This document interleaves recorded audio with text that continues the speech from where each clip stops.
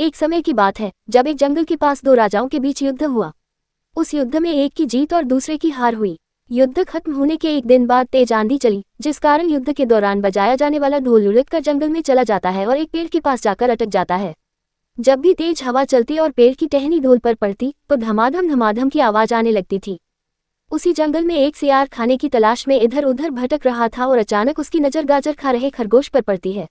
सियार उसे शिकार बनाने के लिए सावधानी से आगे बढ़ता है। जब वह खरगोश पर झपटा मारता है तो खरगोश उसके मुंह में गाजर को फंसाकर भाग जाता है।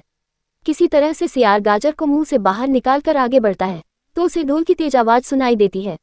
वह ढोल की आवाज सुनकर घबरा जाता है और सोचने लगता है कि उसने पहले कभी किसी जानवर की ऐसी आवाज नहीं सुनी। जहां से ढोल की आवाज आ रही थी, सियार सो जाता है और यह जानने की कोशिश करता है कि जानवर उड़ने वाला है या चलने वाला। फिर वह ढोल के पास जाता है और उस पर हमला करने के लिए कूदता है तो धम की आवाज आती है, जिसे सुनकर सियार छलांग लगाकर उतर जाता है और पेड़ के पीछे छुपकर देखने लगता है।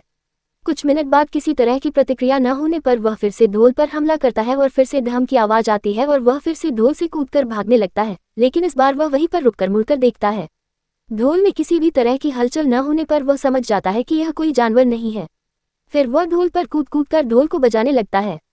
इससे ढोल हिलने लगता है और लुढ़कने भी लगता है, जिससे सियार ढोल से गिर जाता है और ढोल बीच में से फट जाता है।